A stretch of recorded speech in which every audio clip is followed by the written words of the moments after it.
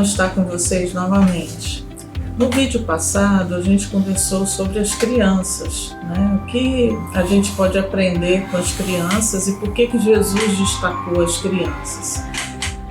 Então, a conversa com Jesus e os discípulos começou com uma pergunta: quem é o maior no reino dos céus?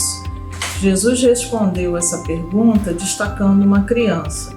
Só para a gente lembrar, vamos reler o que o Evangelho diz, o Evangelho de Mateus 18, de 2 a 4. E Jesus, chamando uma criança, colocou-a no meio deles e disse: em verdade vos digo, se não vos converterdes e vos tornardes como crianças, de modo algum entrarei no reino dos céus. Portanto, aquele que se humilhar como esta criança, esse é o maior no reino dos céus. Bom, os discípulos deviam estar se perguntando, né? O que uma criança e uma criancinha de colo como aquela tem a nos ensinar, nós, homens adultos, né? Vamos lembrar que as famílias cuidavam bem das crianças, mas na hierarquia social, as crianças não tinham valor, né? Então, por que elas não tinham valor? Porque elas não tinham conhecimento, elas não trabalhavam, não produziam, elas não tinham o que oferecer. Mesmo assim, exatamente por isso, Jesus valorizou as crianças. Os judeus, naquela época, eles tinham como referência de espiritualidade um grupo muito conhecido, um grupo religioso, chamado os fariseus. Era um grupo admirado pelo povo, por sua fidelidade a Deus. Nos evangelhos, a gente encontra Jesus criticando os fariseus, os escribas, e também sendo criticado por eles. Em Lucas 18, a gente vê a parábola do fariseu e do publicano. E nessa parábola aparece, logo depois da narrativa da parábola, a cena de Jesus com as crianças, né? Será que Lucas tinha a intenção de mostrar o contraste entre o orgulho do fariseu e a humildade da criança? A gente vai conversar sobre isso. Mas, para a gente continuar, é importante a gente saber quem são os fariseus. E hoje eu chamei o Elcio para conversar com a gente e compartilhar o que ele sabe sobre esse assunto. Então, Elcio, conta pra gente quem são os fariseus. Para a gente entender quem era o grupo dos fariseus, a gente tem que voltar um pouco à cena numa data anterior. Houve um episódio importante para a gente entender a situação do judaísmo no tempo de Jesus, que a referente é mais ou menos um século e pouco antes de Jesus, que foi a morte de um sumo sacerdote, o sumo sacerdote Onias III. Esse sacerdote, que era de grande importância no judaísmo até então, um judaísmo unificado, monolítico, não havia outras correntes, não havia correntes dentro do judaísmo, mas o assassinato desse sumo sacerdote gerou muitas desconfianças, muitas acusações de parte a parte. E daí surgiu o que a gente chama de período sectário do judaísmo. Se a gente puder chamar isso de partidos, de grupos religiosos.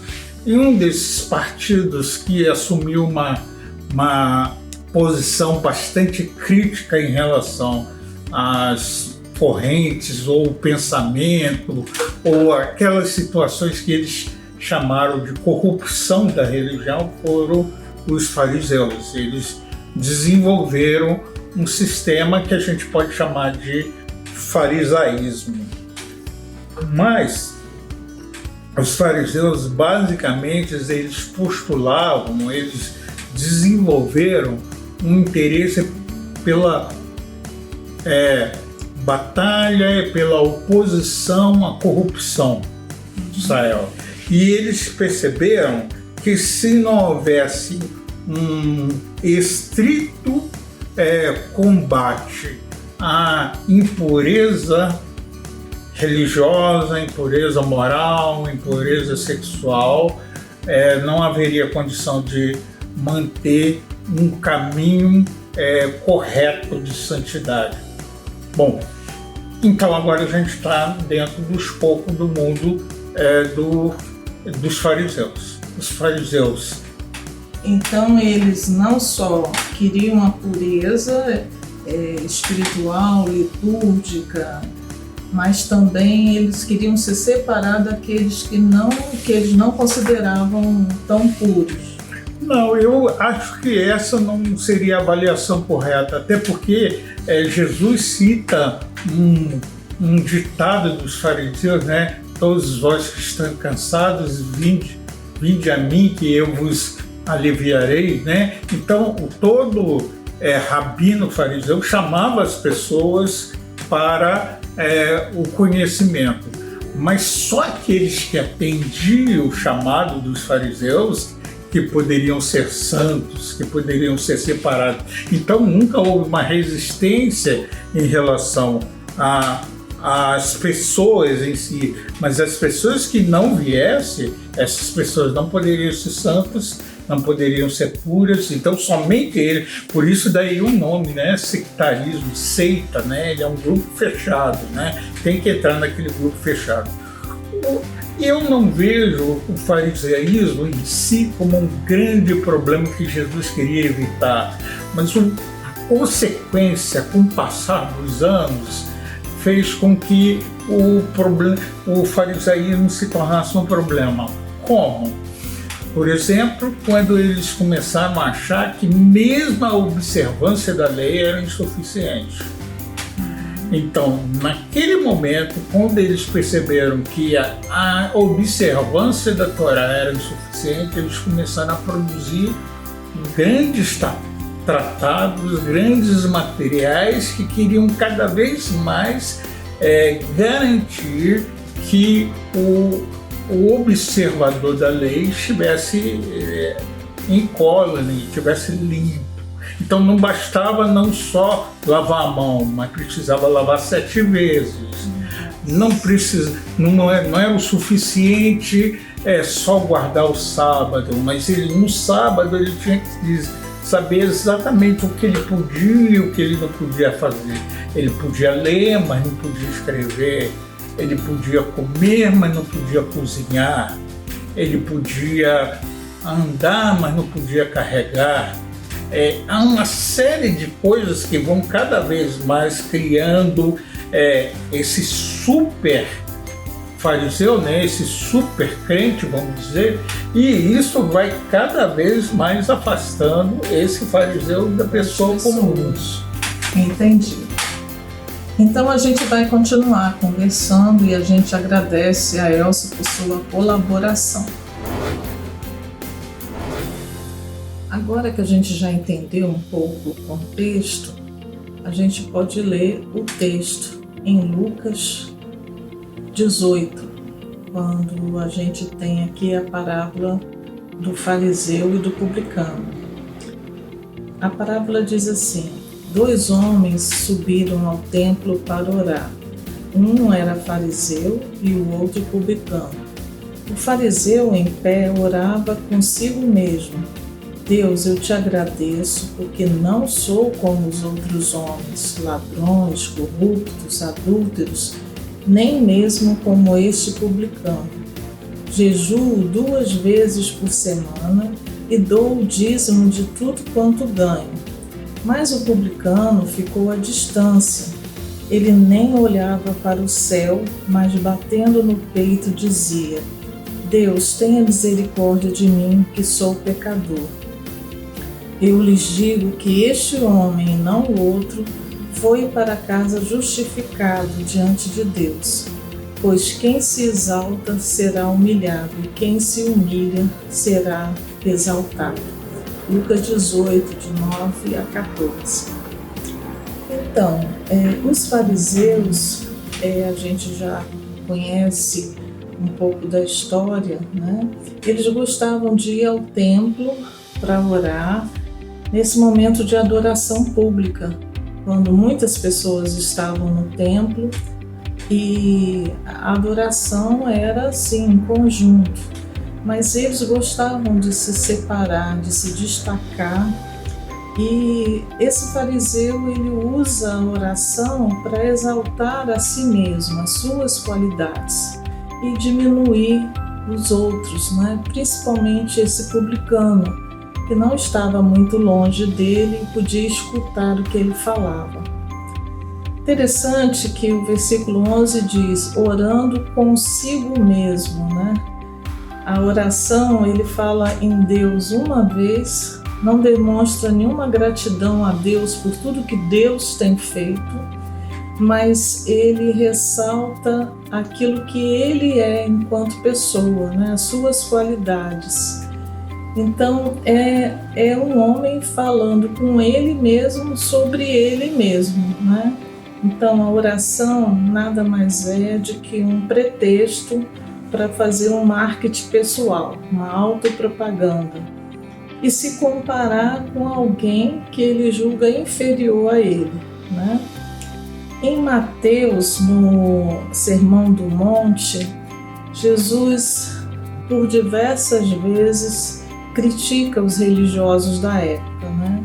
E a gente subentende que são os fariseus e escribas, porque por diversas vezes eles entram em debate com Jesus, né? Então, em Mateus 6, Jesus sinaliza que hipócritas são aqueles que estão preocupados em ser vistos dando esmolas, orando em público, né? Orando nas ruas, em lugares movimentados como a esquina, e fazendo jejum de uma maneira que todos pudessem ver seu rosto abatido, né? Para que todos soubessem que ele estava fazendo jejum. A pergunta que eu faço é, por que tanta necessidade de aparecer? Por que tanta necessidade de exibir essa santidade, essa sua devoção? A gente precisa ressaltar que nem todo fariseu era assim arrogante, orgulhoso, né? E a gente tem que considerar que havia um esforço mesmo de alguns de cumprirem a lei, e até com certo exagero, né? O jejum era para ser feito uma vez ao ano, e eles faziam 2 vezes por semana. E com isso, eles buscavam ser piedosos. Nicodemos, por exemplo, é um homem que é fariseu, mas se mostra sincero, procura Jesus. E lá em João a gente vai ver no final ele e José de Arimateia cuidando do corpo de Jesus, né? Então é provável que Nicodemos se tornou um discípulo de Jesus. Então, por que Jesus achou nesses homens essa hipocrisia, não é? Eu quero levantar algumas questões. Primeiro, a questão central destacada por Jesus está no mérito, na autojustificação, na justiça própria. O fariseu se apresenta diante de Deus como alguém que tem mérito, que merece a salvação, como alguém que tem direitos adquiridos, porque observa a lei, porque vai além do que é exigido na lei. Em nenhum momento ele reconhece os seus pecados, como fez o publicano, por exemplo, né? Em nenhum momento ele se mostra arrependido, envergonhado por seus pecados, ou clama por misericórdia. Muito pelo contrário, né? Os fariseus, eles desprezavam as pessoas que eles consideravam impuras, pecadores, que não estavam no grupo deles, né? Que não seguiam as regras que eles adotavam para si mesmos, né?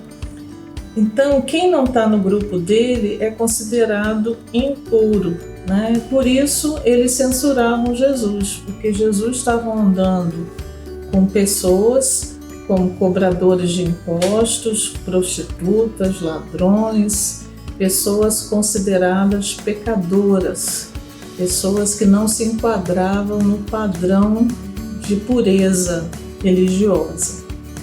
E Jesus responde para eles: olha, o médico procura o doente. Ele não veio para curar os sãos, veio para curar os doentes. E essa era a função de Jesus, né? Demonstrar o amor de Deus a todas as pessoas. Em terceiro lugar, os fariseus tinham uma visão distorcida sobre si mesmos. À medida que eles foram ganhando a simpatia do povo, a admiração, o respeito, eles foram ficando vaidosos e se sentiam superiores. Eles faziam as coisas certas, mas pelos motivos errados, né? Eles ficaram um pouco viciados nesse reconhecimento do povo. Então, fica claro que há alguma coisa errada, há uma falsidade aí no ar, porque ninguém é perfeito, ninguém é totalmente isento de erro, afinal somos todos humanos, não é? Então existe uma contradição aí. É possível que internamente ele soubesse que ele não é isso tudo, não é? Não era isso tudo que ele aparentava ser. Então, irmãos, quando a gente lê a Bíblia, a nossa tendência é sempre se identificar com o mocinho, nunca com o bandido da história, né? Mas eu vou lançar um desafio para você. Vamos reconhecer em nós, um fariseu que existe aqui dentro? Vamos aceitar esse desafio?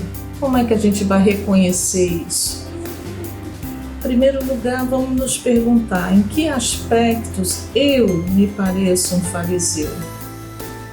Nossa, que pergunta difícil, né? Será que eu também busco a aprovação das pessoas, o reconhecimento dos outros? Lá no fundo, essa é a minha motivação para servir a Deus?